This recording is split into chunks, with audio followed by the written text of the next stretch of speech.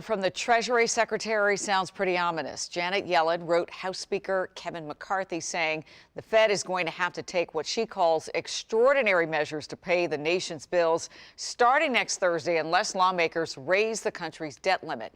Adam Longo is in the newsroom to help us understand how this works and how this could impact all of us. So, Leslie, it is definitely not time to panic yet. The U.S. government's got plenty of money, but the Treasury Department is warning Congress that we're about to max out our nation's credit card again, and saying that we've got to raise our borrowing limit again.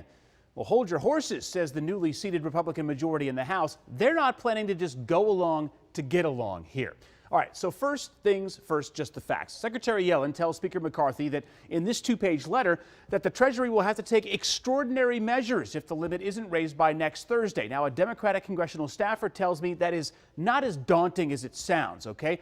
The letter explains that the measures will affect investments in federal employee retirement accounts, but this staffer tells me it's basically just moving money around and no one is going to feel the effects. However, the letter also lays out that this will get the U.S. government through early June, and if there's no deal to raise the debt limit by then, at that point, we could be in trouble. Now, the ranking member of the House Budget Committee, Democrat Brandon Boyle, had this to say, quote, failing to pay the government's bills would cripple the economy and could cause millions of Americans to lose their jobs. Democrats won't play politics with this, and it's time for Republicans to stop playing games with the full faith and credit of the United States. But Republican Ben Cline from Western Virginia gave me this statement to share, saying, quote, America's credit card is maxed out. We cannot continue to pile on additional debt without making major spending reforms. Republicans must stand strong against deficit-loving D.C. Democrats and fight to restore fiscal sanity to Washington, end quote. Now, we will definitely need bipartisan sanity on the Hill to break this logjam, or we could be staring down a summer of credit default.